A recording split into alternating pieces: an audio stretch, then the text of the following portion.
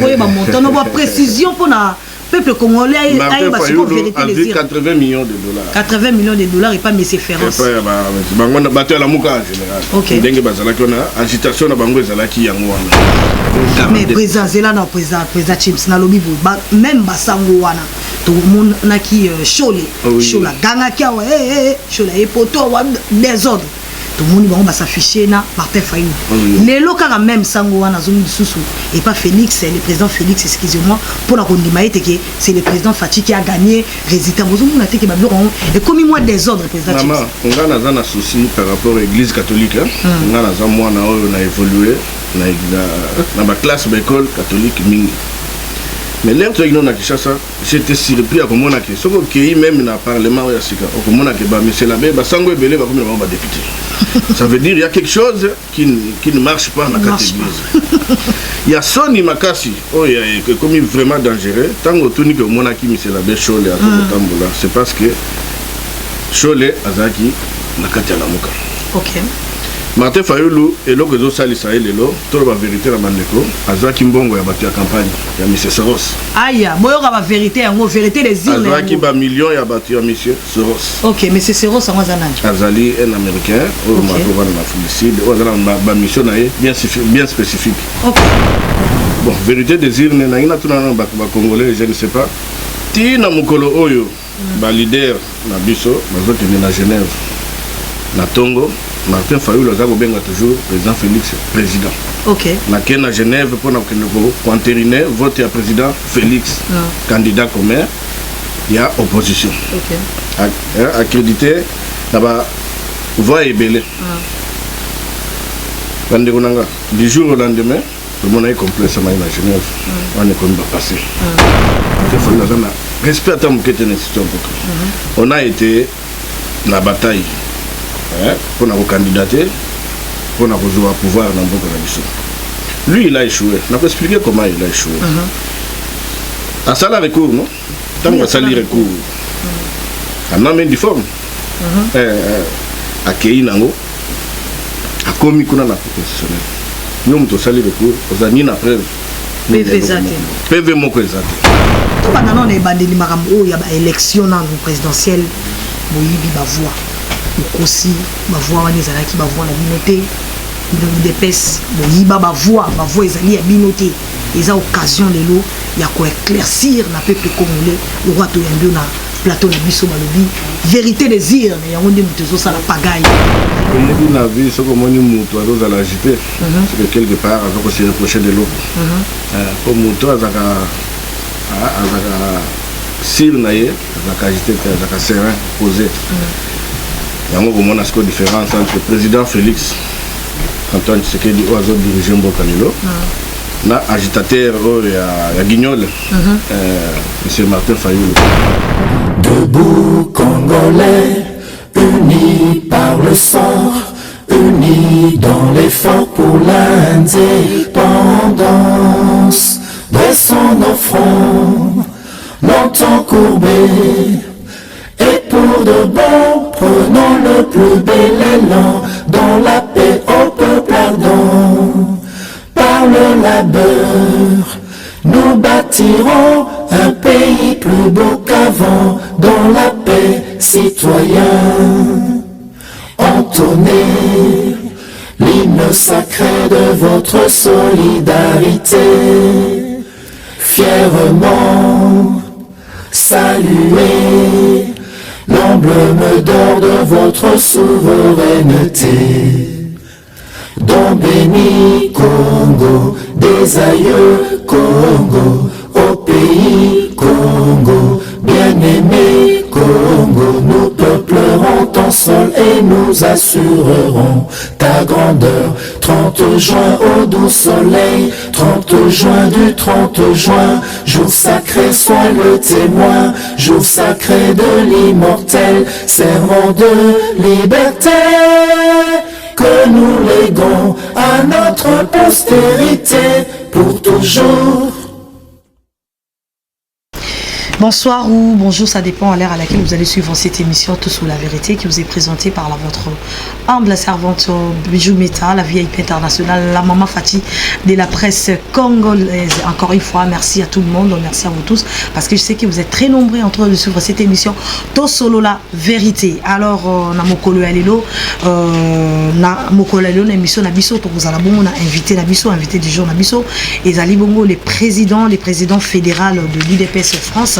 Donc les présidents Chims Nayende Mutuku Beta Masolo et Talibongo politique ba mituna na bino de gauche à droite to zwa ki yango alors to loba ki était ba question mususu Bijou Meta ko ki ko loba mais ba réponse est belé ba réponse mususu na ko ko pesa bino mais moi ya makasi ce que l'équipe makasi mingi ça sera maintenant fédéral IDPS ya zwa pas rwana ya ko répondre na ba rumeur na ba makambo belé zo de kapona ko apaiser esprit ya ba peuple congolais bato nyonso bazali na sima ya président Fati donc Torobanda conseil la bino ba émission wana à chaque fois parce que et apaiser bino mité manabi était peuple congolais aza agité mon mingi mon makambo belé mais à travers ma émission na biso bon de comprendre maintenant mon makambo belé en tout cas la émission na biso elle l'autre banda vraiment na ibandeli ndenge makambo utaki ndenge salemaki parce que boyebi ke tozala ki pété avec le fédéral IDPS France mission sur tozala ki tozala bon na moka Congo Kinshasa donc alors tozwa qui tenté ya la émission na makambo lekaki ya ba agression makambo belé mais aujourd'hui c'est une occasion pour moi aussi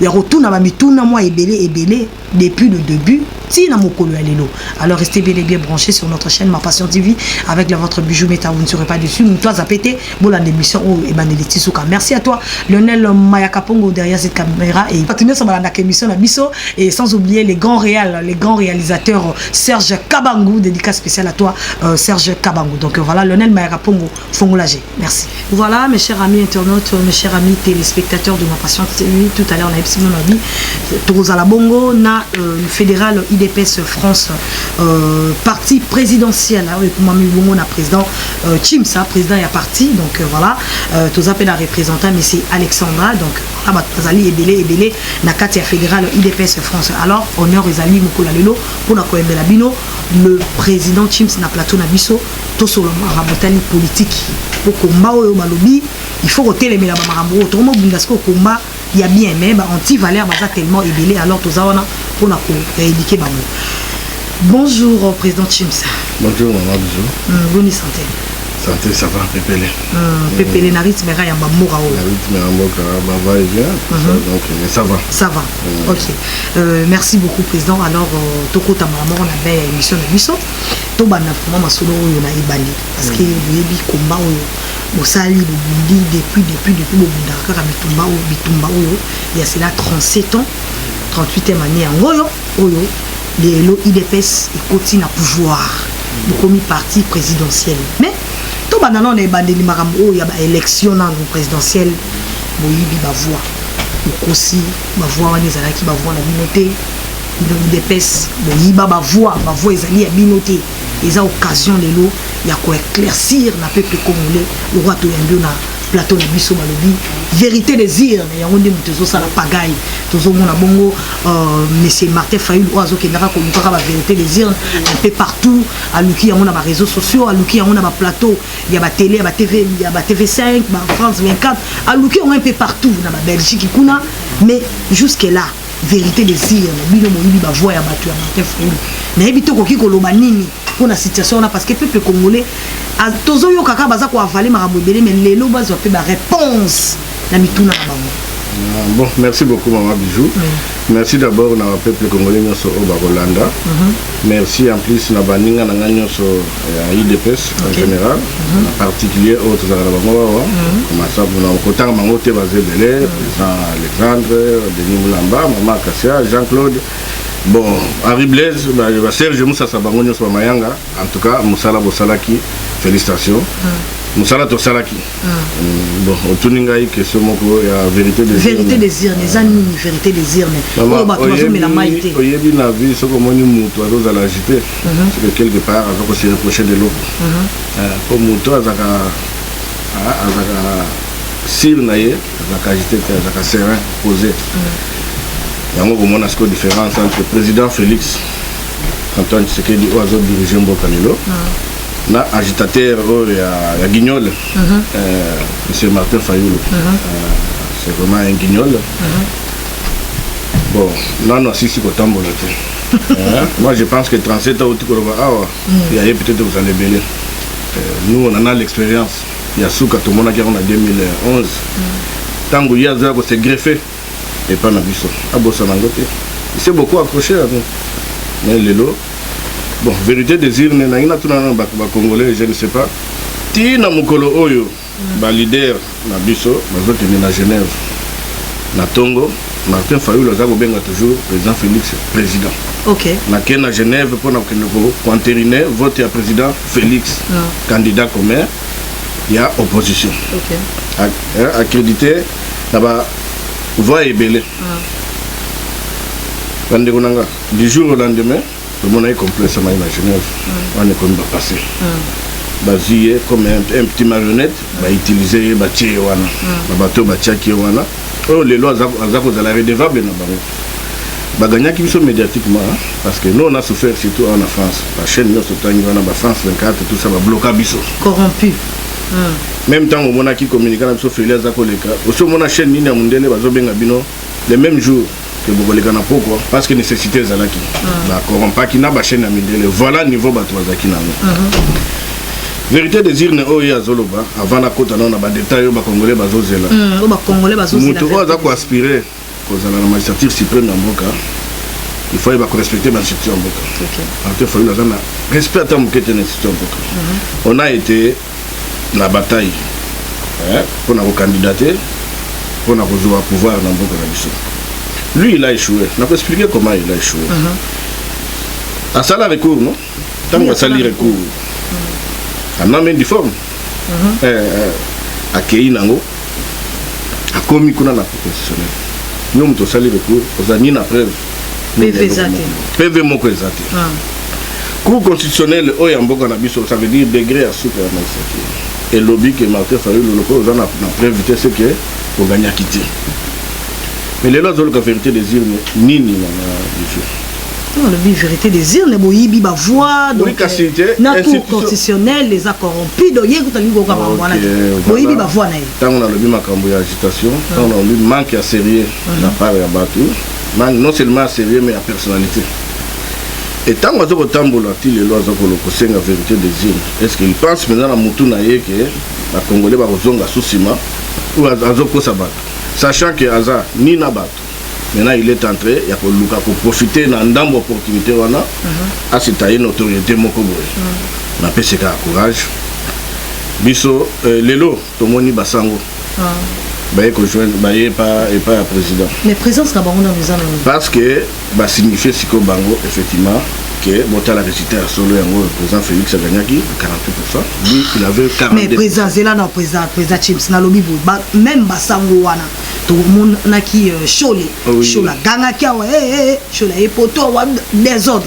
Tout le monde va s'afficher na Martin Fayoulou. Les locaux même Sango Wana zone sous et pas Félix, c'est le président Félix, excusez-moi, pour la condimenter que c'est le président Fati qui a gagné résultat. Vous avez dit que et comme moi des ordres président. Maman, on a un souci par rapport à l'église catholique. On a un mois on a évolué dans la classe de l'école catholique mingi. Mais l'air de l'Union Kinshasa, j'étais surpris à comment on a créé. Ce qui est même dans le Parlement, comment on a créé, monsieur l'abbé, Sango et Belé va comme le député. Ça veut dire qu'il y a quelque chose qui ne marche pas dans la église. Il y a Sony Makassi, comme vraiment dangereux. Tant que tout le monde a qui monsieur l'abbé Cholé à Tambola, c'est parce que Cholé Azaki n'a qu'à Tianamuka. Ok. Martin Fayoulou et l'eau que vous salissez tout la vérité la bandeko Azaki Mbongo a battu la campagne il y a monsieur Soros. Aïe, moi la vérité en vérité des îles. Azaki ba million a battu monsieur Soros. OK, mais c'est Soros en Wazanani. Azali un américain au Maroc dans l'Afrique du Sud, ba mission naé bien spécifique. OK. Et quand Azana Mbongo naé a kanisa yike Congo ba kosomba yango ba continuer kosomba yango na Mbongo. Azaki combien? Vous voyez ba montant no ba précision pour na peuple congolais a eu 80 millions de dollars. 80 millions de dollars et pas M. Féroce. On a battu à la mouka en général. Ok. Agitation na bango ezalaki yango wana. Ok. À part bango ne bazwaki wana, basango bazwaki pe mbongo. D'accord. L'église catholique ezaki mbongo yango mona mbongo wana oyo basombelaki yango soit disant ba smartphone oyo ya ba résultat na bango o bango balobaki ke bazali na ba résultat bango bazana ngo bazaki mbongo wana permetaki bango bafuta soit disant observateur na bango parce qu'il n'avait pas de témoins. Observateur bazaki na ba téléphone ba smartphone. Smartphone oyo eutaki na mbongo wana. Oyo soit disant tant au moins Martin Fayulu baki no bazaki na observateur partout mama yebsanga dans 2 semaines. Ozaki na besoin bokende na élection. Mais aux yeux observateurs wapi aux yeux moyen wana wapi alors église catholique parce pas na qui côté wana. D'accord. Tu comprends que mutu azaka mutu.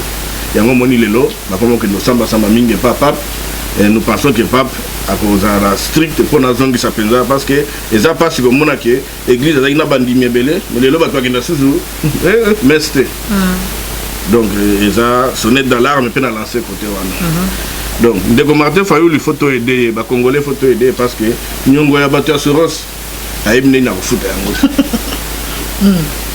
alors ce qui a foutu yango na ndenge normal te yango na sengi aya kuta na président Félix biso ba Congolais tota nini to ko aider ko futa nyongo wana que aluka nzela o azoluka nzela ya ko senga minduki parce que ba lobi tous les moyens sont bons pour monsieur na lobi pour na tous les moyens vous allez bien pour azonga na ba droit na ye récupérer mbongo na ye au détriment banani ya ba Congolais minduki wana ba somba ko ba bomba banani ba Congolais na habité aussi tout bon en tout cas tout fait la paix belé na mindu qui n'a pas peuple congolais a jugé ni les amis donc tant on a d'autant que battre le ba Soros ndé au moni l'air to yeto le biboye biso to en a besoin les gens na biso en a besoin ya ba congolais y compris monsieur Fayulu aya asala pona bien de Congo donc moi je pense que pour le moment on dame donc ceux qui peuple congolais nga comprendre la vérité des urnes et ali makambo ya mbongo non et bimi lelo mo ndenge biso le ba ibaki biso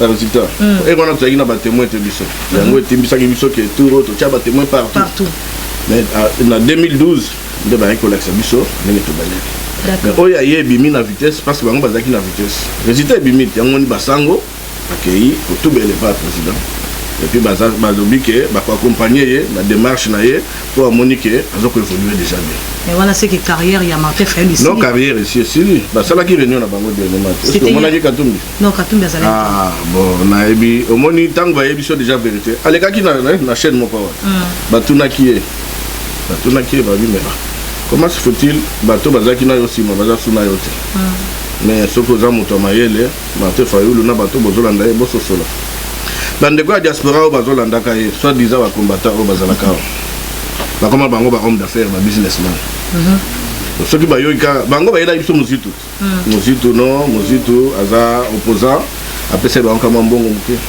mais muzitu asala ba nebele ku le zaki na molili mais maman lelo yo mon courage koti to mona boketu azo senga Katumbi mbongo asele kutuna mariage to mona ndenge abetsa ndeko na biso ya combattant awa la Bruxelles likolo à 100 €, il fallait appeler ça qui bango.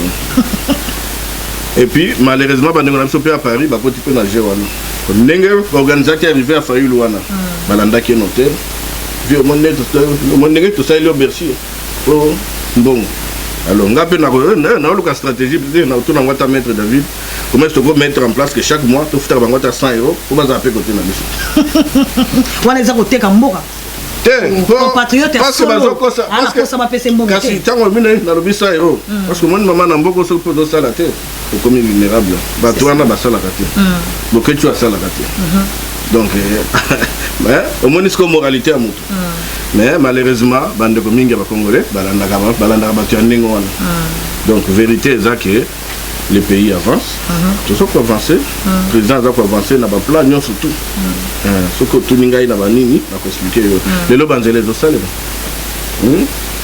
yo président bako maye président azana ba soldat mais na utiko landa général Amis ako yebiso bandiko ne bas mboni msanga bandiko ne ba soldat bi mukonza so zakaka moko na ebité ceux qui congolais olingi nini mais congolais yeba ke depuis date il y a proclamation de résultat depuis investiture à président Zaka Moko, président Félix Tshisekedi Antoine Tshilombo, il y a orienté politique, il y a garant, il y a bon fonctionnement, il y a une institution dans le Merci beaucoup président Chips Moutouno Moussou Swezali avec qui ça la campagne na France avec Belgique, mais il y a France mingi ba message na par rapport à meeting na en tout cas peuple congolais ça la qui motema pasi koloka ke soi-disant Moutouani Bengi qui azali un congolais mais koloba était yé bayokani bazoto ni doki bazoto le sala soulèvement populaire na Kinshasa étant donné qu'il y a un président qui est là et makambo to ça le makalaté il y a lancé message on a invité tant bino bakonzi et puis bakonzi nyonso tant bamonaki message wana ya Martin Fayulu ça qui bango ndeni bazo zela ye Martin Fayulu azali libre à la politique na ye mais ce qui a commis ko kota na o ezali ko lobake ko porter atteinte un bon fonctionnement de l'État Martin Fayulu n'a pas averti que la kokanga yo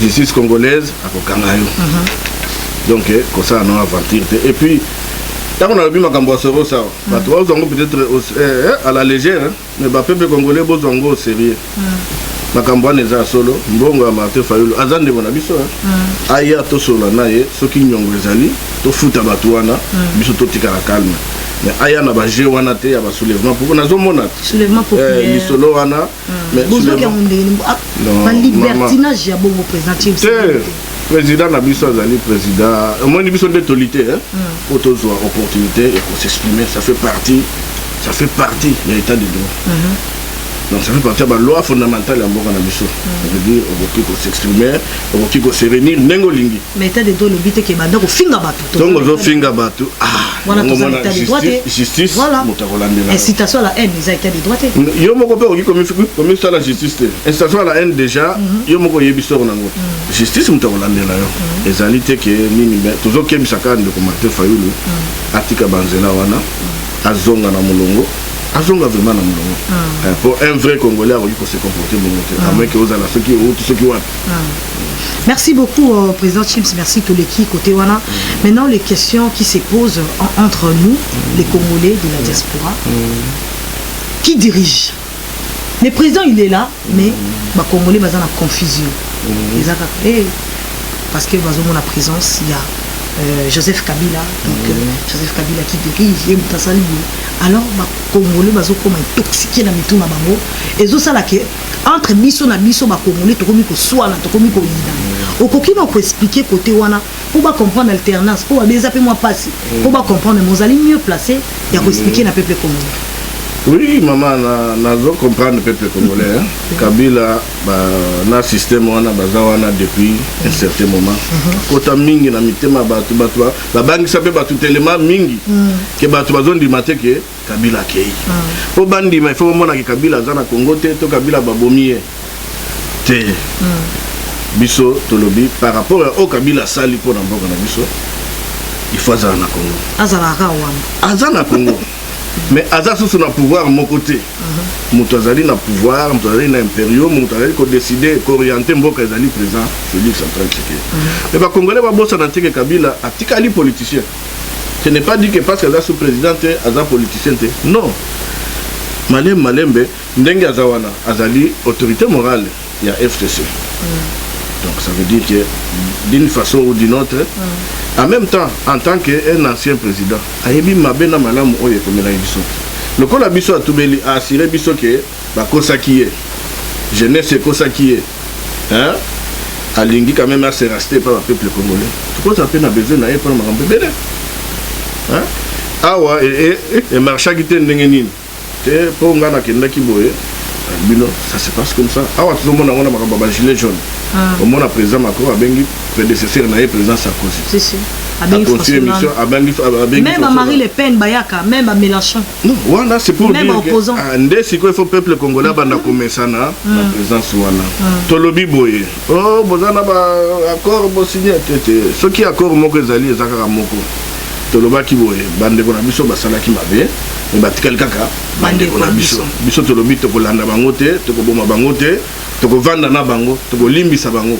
Mais ko limbisa bango ne pas dire que bakofuta oyo bango basalaki te bakofuta yango na ndenge tomonaka awa d'une façon propre oyibaki 10 bon oh te national yaki 3 bon zongisa 5 donc eloko wana c'est le prix à payer peuple congolais toyebaki bato wana baza bandeko na biso bazalaki na système moko eza kotinda bango basala bongo sikoyo système wana eza lisusu te yango ozomona makambo ebele ezochange parce que système eza su te donc Kabila aza na ye lisusu te oyo balingi bozonga na bino nga moko nasi na supporta gara mpona kolobaki nyonso mutu nyonso alingi kozonga azonga na Congo akomona même pas Kabila na nzela na tomoni mpe kuna Chatumba azongama kuna lobi liste mwana esi bakataki aza lezi kuna na Congo mais Chatumba ye wana aza kuna azotambola na ye bon bamosusu bakoloba o mpo Chatumba aza moto ya kamere non ozala n'importe qui ozalaka même Boketu soki akei na Kinshasa okita asali makambo na ye sans problème basala eloko te mais nde soki akomi na Kinshasa to okomi kofinga moto akokende koporte yo plainte soki baporte yo plainte koloba te ke o bakangi ngai mpo te mpo yo moko otambolaki mabe na ndenge ya buzoba bato nyonso tu boyeba ke congolais nyonso oyeba ke président Kabila tokomobenga ye un ex-président c'est aussi une façon civilisée na biso bacongolais comment biso bapeuple mibimba boye depuis Congo ebanda tomonaka ata un ex-président te na kati ya Congo vraiment kaka bakufa non toza na besoin na ye azala wana tomonaka mpe ye mais nde ayebisa biso nini oyo marchaki te c'est comme ça que ça se passe. Ok, merci beaucoup pour l'éclaircissement par rapport à la question au peuple congolais motuna qui bijou métalon lelo et à l'occasion na mituna na bino difficile pour la recevoir réponse na bino président Chims tous les sous na problème sous les alliés situation il y a gouvernement jusqu'à présent ils ont dilaté tout le monde qui kara ba conseiller il y a bureau ya mokonzi mboka nde tout le monde qui bango tout il y a président bango liste bini ils ont continué pe ko bima.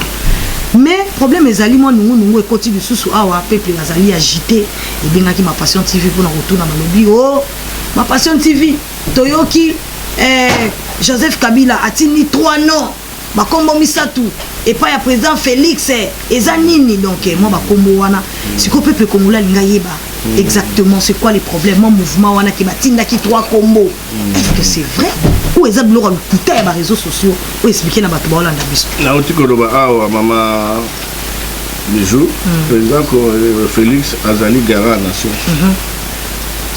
et aye na mission na ye ezali ya koesore état de droit na kati ya Congo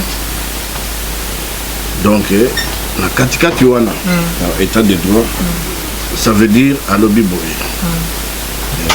biso oza bacongolais toza bacongolais oye tovandi batali babimi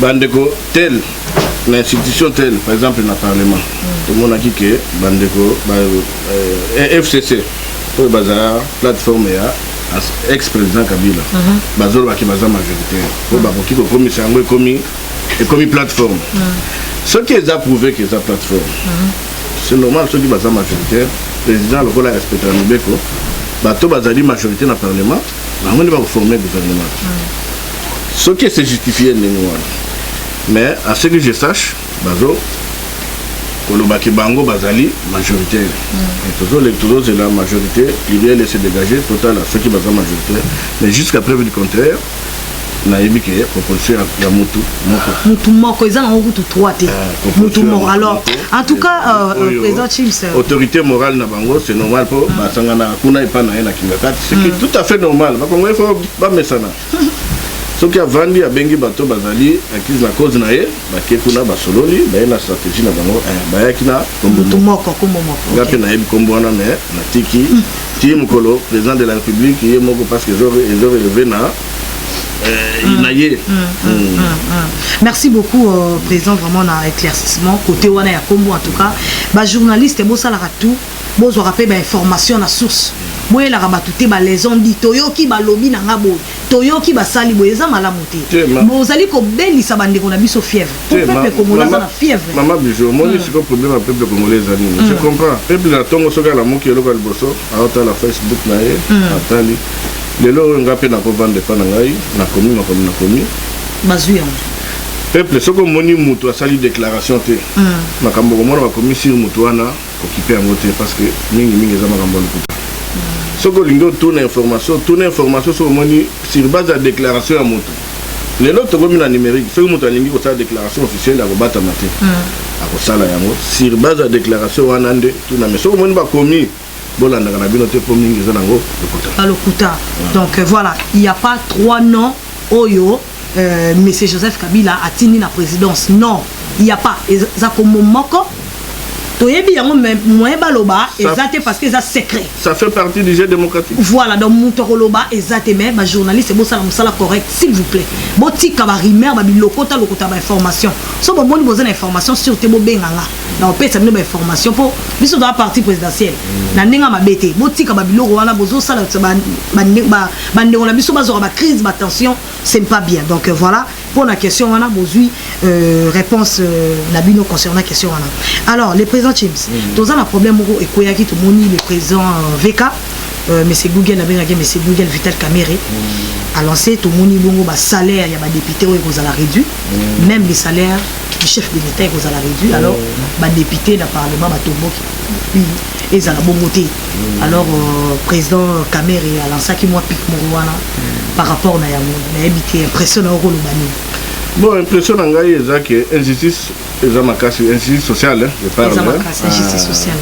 Parce que tant que les députés ont bon 13 000 $. Oui, quand la moine musala, à 10 $. Mais habiter ceux qui ont mais en même temps, voler wana tout le monde en go kakabo et l'icolo. Congo est allé mboka mnene, ils ont la superficie à 2 450 000 km² en termes de superficie. Moi je pense que les députés, tout le monde a gagné à Kinshasa, c'est cause de la facile. Mais là, on a eu Congo, Zaïre à l'époque, on a 7 régions sur 9. Mais dans la région, dans la circonscription, et dans le département A en France.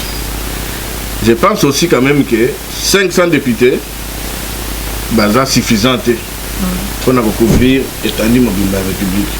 Donc, ce qui peut cause on a besoin de moyens supplémentaires, tout va maintenir moyens. Moi, je pense quand même que cause à la paix juste.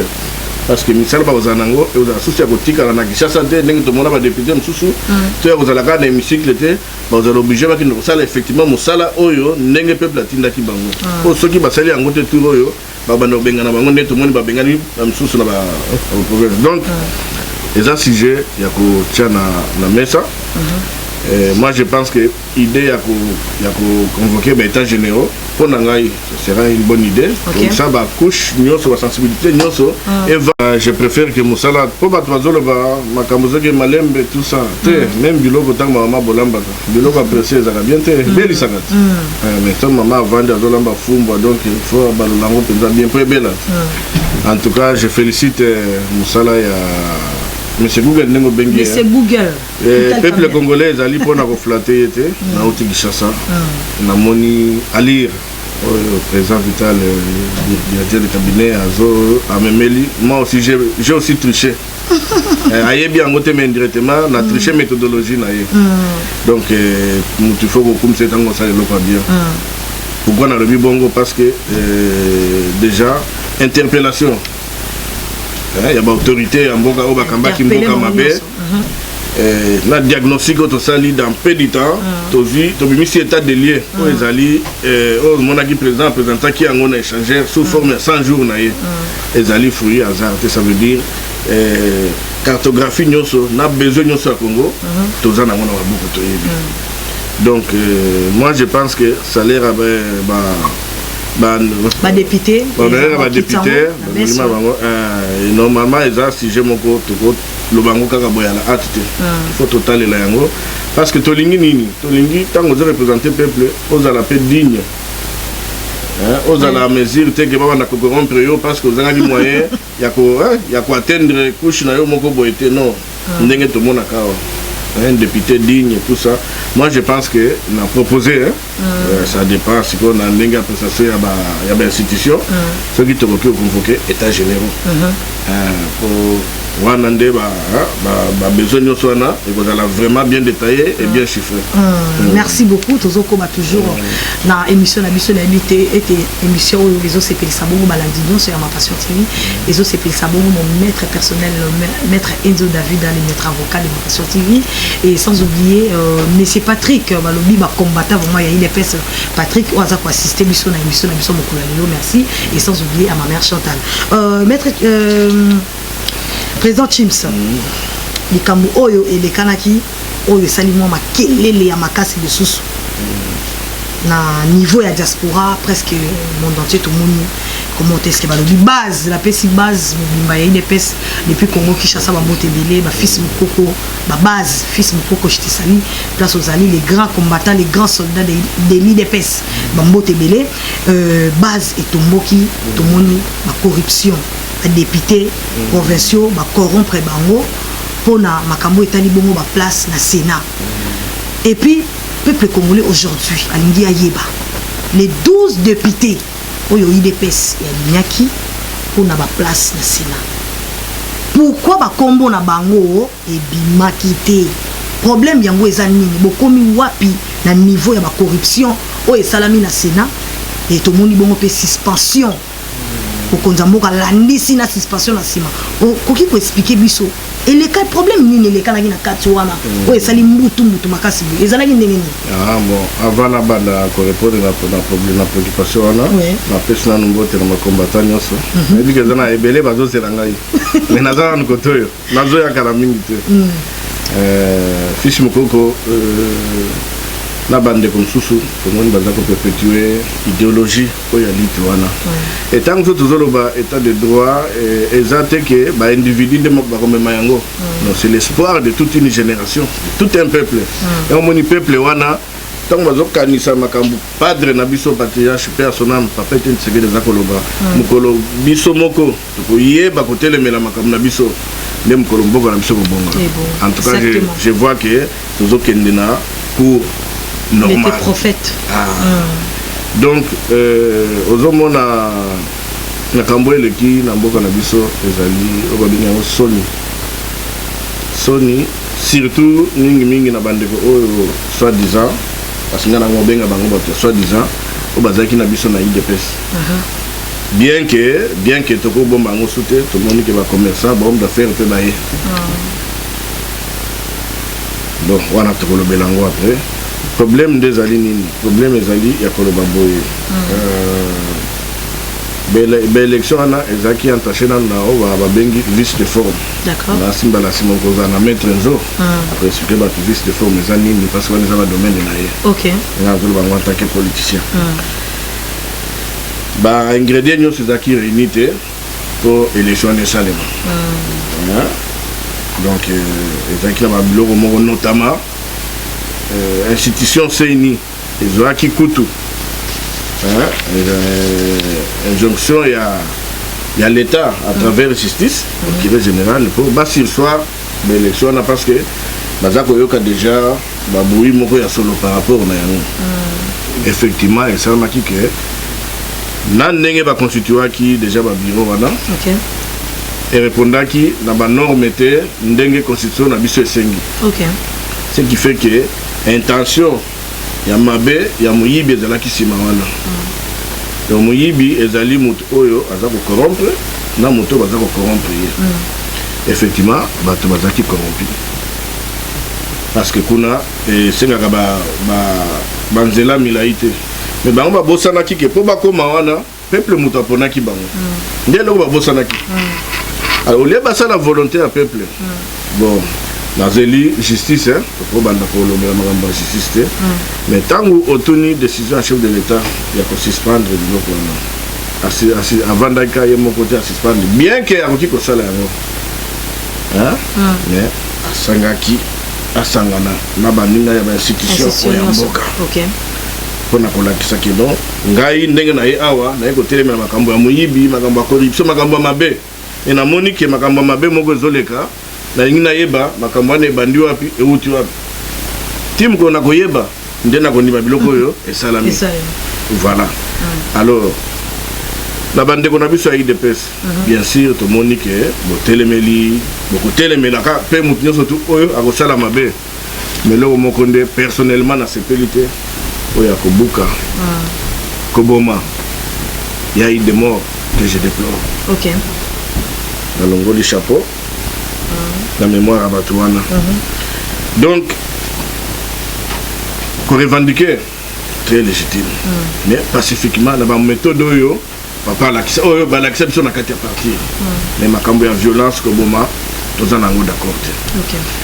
Et l'Européen dans un sens ami balai, dans un sens ferme, sanction très ferme, très ferme, surtout à l'encontre et à battre Oyo, député ou taqué par Nabiso. Dans un sens parce que Bitumba Tobundi, Tobunda qui a un peu n'abrité. Tobundi te poyo ya wana poyo ya kolia. Bien que Tomé Sana n'a pas trahison, mais Batawana est déjà révolu. Nous avons peut-être l'air d'une opposition, basée à débaucher, mais on est au pouvoir. Mais nous devons nous comporter en tant que tel. Et puis il faut que nous soyons exemplaires. On a posé là. Surtout n'a pas le chef de l'État. Le président Félix Antoine Tshisekedi Tshilombo. Ce qui a là n'a pas. Il y a président, il y a parti, il y a l'intérim. C'est jamais à Kaboun. Éclaircissement, lumière et là. Et que nous surtout vous allez impliquer dans le Makambo. Ni de près ni de loin, dans le châtier. On a des députés, surtout il y a IDPS. Surtout il y a IDPS. Surtout il y a IDPS. Surtout il y a IDPS. Si quoi Golanda, si quoi bateau, il y a habitude à Mabé. Parce que corruption de Bomim pour la mission. Bango il faut que l'accès Bango qui la campagne est si mais pour ici là, le cola. Nous sommes comprendre il faut payer Bango et tu vas faire ma boque. Donc tu as la place dans la justice on t'a aussi ça. Pour nous surtout vous allez incriminer de près ou de loin. Il faut aller en bas. Si quoi suspension il y a installation à Sénat, même on a beaucoup activité. À continuer malamment pour ne pas gouverner. Oui, c'est parce que ce sont les mêmes personnes. Ça veut dire que ben si on balé on a et où tu as une institution moro. D'accord. La banana on a pas députation provinciale. On a un sénateur, on a un gouverneur. Mais les mêmes causes peuvent produire les mêmes effets. Alors, on a anticiper, parce que on dirige peut aller prévoir. Donc on s'attend à la danger Zali, au moins on a un nucléaire. C'est ça, et en tout cas, Azali, vraiment coup de chapeau au président de la République. Voilà, l'action autre, là, on s'est là depuis longtemps. Si quoi, président Tim, si Pepe est là qui est Senga qui est lobby, prochainement, pourquoi pas mon Kondiamboka. Tout comme un système, où ils allaient côté à mettre Enzo David, tout comme un système qui est peuple a voté maintenant, sénateur Wana, gouverneur Wana, ou soit Yemoro Mokonzamboka nommé. Est-ce que c'est possible ou pas? On a lobby, Mokonzamboka Yemoro qui cause la décision. L'institution n'est au moni déjà Basangana qui wana. Et que ce qu'on a fait, bagoyer la peuple la proposition au Bagomonake, et vous allez bien pour façon Wana et ça la soutien. Le mauvais comportement on a et ça la soutien. Donc je pense que tout personne nous tend d'ici là, tu vas éclairer bino ndengenini et vous allez définir parce que tu as aucun de vite en besoin. Position il y a IDPS. Position il y a IDPS face aux enjeux Bravo et Zodekala. Actuellement la politique position la IDPS. Non, biso position la biso zali à se mettre au travail. Voilà pourquoi tous les Congolais na Congolais surtout. Tous les gens sont esprit à Moussala nanu liboso. Et puis surtout na oya diaspora. Mutuna mutua milengela. Moi projet moi nino zanango. Il y a unique position de zanango d'abord c'est de travailler. Nous avons misale bandi. Depuis présent, ça qui déjà programme à 100 jours. 100 jours, vous allez étaler d'ici 10 ans. Donc, toujours le casque, voir des moyens, il n'y a pas accompagné faisabilité à 100 jours. Des préoccupations de l'histoire. Programme à président. Programme à président. Programme à campagne à président, qui sur 10 ans. Étalé sur 10 ans. Avec des données chiffrées. 10 ans, on a ce que vous avez. 5 ans, ceux qui peuplent la Monique et Simbité. À quoi qui me saute. Donc, ceux qui 5 ans, on a peuplé dans ce pays. À Bimbo, le collaborateur qui, Boye, Bossali, Bodo, Bossilcité. Bon continue. Yango Michel merci beaucoup, merci. J'espère que monsieur Zo c'est payé ça. Balandignon soya ma passion TV, j'aime la vie mocha, j'aime les belé pour l'avancement. Il y a chaîne la biso ma passion TV. Président Chims, c'est molé la biso na moi tout parce que moana il y a démocratie. et bien ici bato liboma bato belé bazui liboma côté wa tout le monde a komika la démocratie kotambo c'est quoi bato bazui liboma bazo ko susu ko zonga na nzela te komi mo ba désordre moko boye par rapport à démocratie pour na yo démocratie na RDC engolo bani pour le peuple congolais pour nous bazo zonga ba sens mosusu la démocratie comment permettre bango basala maintenant n'importe quoi basala onyo so basengeli ko sala état de droit OK na leki allez na maniko finga na maniko sala bo état de droit c'est la démocratie na éviter moi confusion na mito bato ko expliquer biso non démocratie otozuo yo na état de droit o yengi ko loba nini na minito to sala yango ndenge nini pouvoir pour le peuple et par le peuple. OK. Je m'en président Abisso a na oba bengi démocratie patriote. Ça veut dire à zone ici peuple au centre ya Angers. Alors peuple Abisso vanda qui tellement ba nebelé quand il y a système ko ba dictature on a ko s'exprimer té. Tant moni ba tuyo so komi bona balabala. C'est bien parce que au moins muto komi azolo parce que yeba makambo za nini nzoka azali za kati makambo. Donc petit à petit on va comprendre nini faut ba ça là et démocratie zo senga nini état de droit zo senga nini tant ba ko comprendre mingi va comprendre kapé la classe paye politique eza na mboka na biso te na ba interrogation ba mituna wana do mona batu bazo comprendre pe bazo landa donc ce que moni mutu azoko kende gauche droite c'est normal parce que ce n'est pas du jour au lendemain de ba ko yeba ki mboka zo senga boye il faut respecter ngo boye te lelo batuna bazana nous pour ezana na gauche mais muke yango zo senga sikoyo ba travail moko pédagogique pour na ko éclairer bango pour na ko lakisa bango ke ndengo zawana neti ndenge to tiko ba awa ce n'est pas parce que non pouvoir comme ezongi na bongo non peuple ne faut que ne ko iba ne faut que ne ko finga mais non tant ba ko ba ko dissocier ni ne za bien ni ne za mabe ni place mboka et ko kende bien neti awa to mona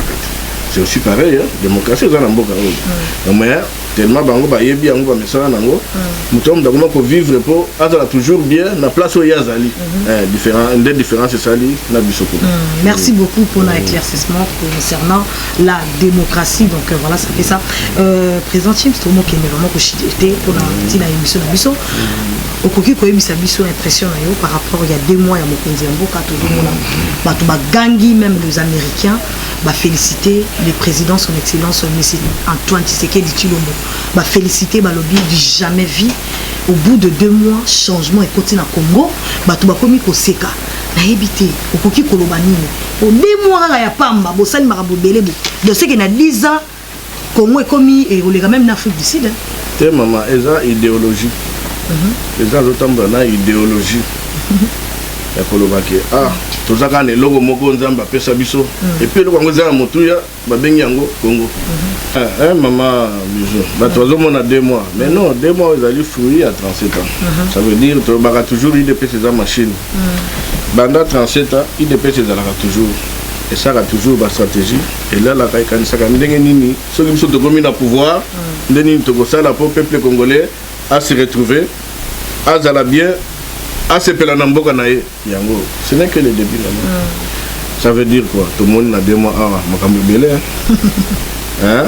Mais nan président na sepelité parce que makambo zana nango mingi na mutu na salamité. Ako sepela mkolo ko monake ba congolais komi réconcilier. C'est ça sa mission, de réconcilier ba congolais ndenge to zala kana. Mungala, Swahili, donc tout vivre ensemble, les soucis d'ailleurs. La conciliation est comme tant que peut-être d'ici 2 mois, courant à maille, vous allez à 24 sur 24. Tant que tu as un embouteillage, tu as bientôt aussi là. Tant que tu as un siko que nous bananions soit comme Kotanga, gratuit. Comme Tongo midi pour Mamba. Bon Kawana, ils en ont moyen. Tant qu'on a raison féliciter le directeur de cabinet, M. Vital Kamer, c'est parce que Banda, le premier jour à Moussala Naye, on a doit qui mesure à convoquer la PDG la régie financière, les lots, qu'est-ce à l'État ils en ont bon. Bon, on va coder faté. Ça veut dire que moyens allient pour babiloko wana ozomona ezosalema esalema yango wana toza na esengo komona ke tozomettre yango kaka en place parce que eza nango biloko ezalaka biloko na biso sauf que il y avait pas de volonté politique maintenant il y a une volonté politique il y a que congolais nyonso place azali à se sentir vraiment na moi valeur ndenge tozali nango en commençant d'abord na mboka. Merci beaucoup président Chims Yambuto Kabwana Nabino peuple congolais palinga yeba wapi et pas IDPS siège na biso IDPS ezara wapi bango pe ba na posa ba ya rapé ba kutana ba solo la rapé ba réunion ils ont continué la France mais réunion aussi là mais c'est quoi présent à Rosala 10 ans wana ndenge nini ceux qui réunion au Salemate non. Au contraire, IDPS, ce qu'il faut, c'est renforcer. Parce que IDPS Libanda, IDPS Libanda, et ça, il m'a rembébélé. Net dimanche, on a réunion, on a 17 avenue de la Libération, à Saint-Denis, 3e étage. De 17h à 20h. Tout ça, la réunion, chaque 2 fois, dans mois. C'est tout ça, une unique partie, oui, c'est la réunion en France. Banda. Donc, les lots, tout ça, renforcer. Parce que tout. Et puis, na coup de chapeau na bande ko na biso ba congolais oyo ba comprendre que akamba bien bandi o ba mettre ba vena bango o ba ya ko accompagner biso na musala oyo musala ezaka ya biso mon côté on a besoin de tout le monde tout un problème na batute yo mutoza musika oyoki côté moko yaka pe ko yoka côté mususu bongo au juger yo yoki ka côté moko au Vandika à côté moko dans la vie à Bongote. Nous on est ouvert, tous en a besoin. Attention, on y a quoi adhérer, mais on y a quand même idéologie. On peut s'appeler biso point de vue na yo. Yango tous en a besoin. Voilà tout ce que je peux dire. La peuple au Congolais, au diaspora, surtout au France, la Catégorie de France. Merci beaucoup président. Trop kabwana biso mot de la fin na yo. On a beaucoup la lelo. Na peuple congolais nous on vraiment temps il y a émission na biso à travers cette chaîne Ma Passion TV pour que nous conscientiser encore peuple congolais wana za na posa il y a développement changement na mboka na biso bango sur la sima il y a son excellence Félix Tshisekedi Antoine peuple congolais oza na mboka na biso na moni au moins ya bazana moi avance il y a que comprendre makambo parce que ngai j'étais étonné à komona kimia na espoir o bango bazana mo on a s'adressé mingi na peuple congolais ou à diaspora. Exactement. Peuple congolais à diaspora, azar mingi na kati ya distraction. Baza ko kosa e mingi to bundaki awa. Pona Kabila za suna pouvoir te. Tozo ko rassurer bino que Kabila za suna pouvoir te. Boza na nous rassurer na eloko na passé élément peut-être eza ko frustrer bango. En même temps, mekana nous koyeba nini ezosalema ya solo na nini ezali ya lokuta parce que makambo mingi ezali ya lokuta peuple congolais président alobaki na liloba na ya liboso aza na besoin na bino nyonso surtout diaspora aza na besoin ba expertise na bino o bino boyekoli awa ata soki ezali ya kolokota matiti na balabala kotia na poubelle ekokimisa ngungi na kati ya Congo. Exactement. Président aza na besoin na yo biso tozali awa toza bandeko on est des frères nous sommes tous des Congolais. Biso to perdaki ba élection na 2011 ba volaki biso yango to tumbaki mboka Congo te. Alors peuple congolais très okende et puis okende na sens bien et ça pour na kolobate pour na za moto de pes non okende na sens bien boya bokota comme ça ba vagon ana e banda de Kinshasa et ça la tour tiki vutika tanga ezonga Kinshasa ndenge to lobaki to relier national numéro 1 na biso à travers biso ba congolais message kana pesa. Merci beaucoup président Chims, merci vraiment honneur ezalaki mingi mokolo alelo pour na kosolo la vraiment makambo pour mais tout n'est qui est tellement compliqué mais tout il y a ma peuple congolais surtout dans la diaspora j'espère que tu reçois vraiment habitude wana ata ya 2 fois la semaine au les kaka pour na calmer la température dans la diaspora a wane ma to ça le fort to baïe to si to le bat tellement trop non ko conscientiser kaka peuple congolais mais bon ce qui est la nécessité to ça le fort au biso to linga to monter depuis na zonga na zolo bater c'est parce que tu as focalisé mingi na ndenge nini to ko sala po ba na biso bali abatanga biso ne toza na poto to komona lokwa poto eza bien bandeko na ngai ngana yebi Zaire oya bane 70 80 ndenge ezalaka soki bazolamba Thomson epa na bino ozolumba solo ozoka soni. Mais je pense que lelo tu n'as même pas besoin de lire parce qu'on a tout. Donc voilà tout ce que je peux dire. Je demande à peuple congolais divergence d'opinion cause d'angaté. Mais n'andenge ya bitumba te. Tout ce que bunda peut trop tous pas rien.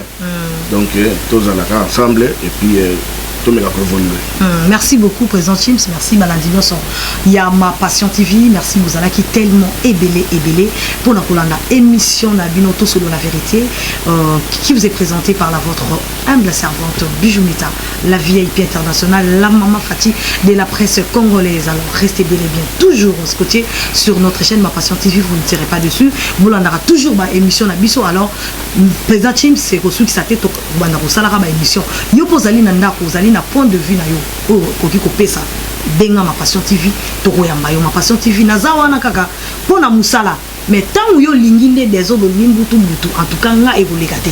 Donc c'est tout à fait normal mais soko yena ba idée ya bien marambu ya bien oye ko s'exprimer na ba façon moko ya bien ba bonne manière surtout to koyamba yo c'est pas un problème tozali bandeko tozali binemité. Ezaka ke bino bozana kao yo biso to lingité biso to zana ka ya vérité c'est un peu ça mais tozali binemité. Donc bolongola moi confusion na mitu na bino. Merci à toi maître Enzo David, merci sans oublier derrière cette caméra Lionel Mayakapongo la même magique Yonne Marambo balobi Paris tombé Lionel Mayakapongo, merci à toi balobi les grands combattants, les grands soldats Patrick, merci beaucoup pour l'assistance na kati ya studio na biso na bokolo alelo. Et sans oublier merci également à Papi Mangouza, le président de Africa Future, à Papi Mangouza, je te salue également bana membre balobi base Ndé Marambo. Merci Nabino Nyonso. Bozala toujours à Ma Passion TV, place vérité à Masolo Ezali. Moutoko Sabinoté, pas de confusion, Ma Passion TV des bases. Merci, on se retrouve très prochainement pour la élément. Merci, bye bye. Ciao. C'est la reine de Louboutin. Bijou Meta. Bijou Meta. Bijou Meta. Ekila monena pesa kila munia suayeto paska nzoto na pete lokola na malemba konena na ya diama Bijou Meta na levé mon amour.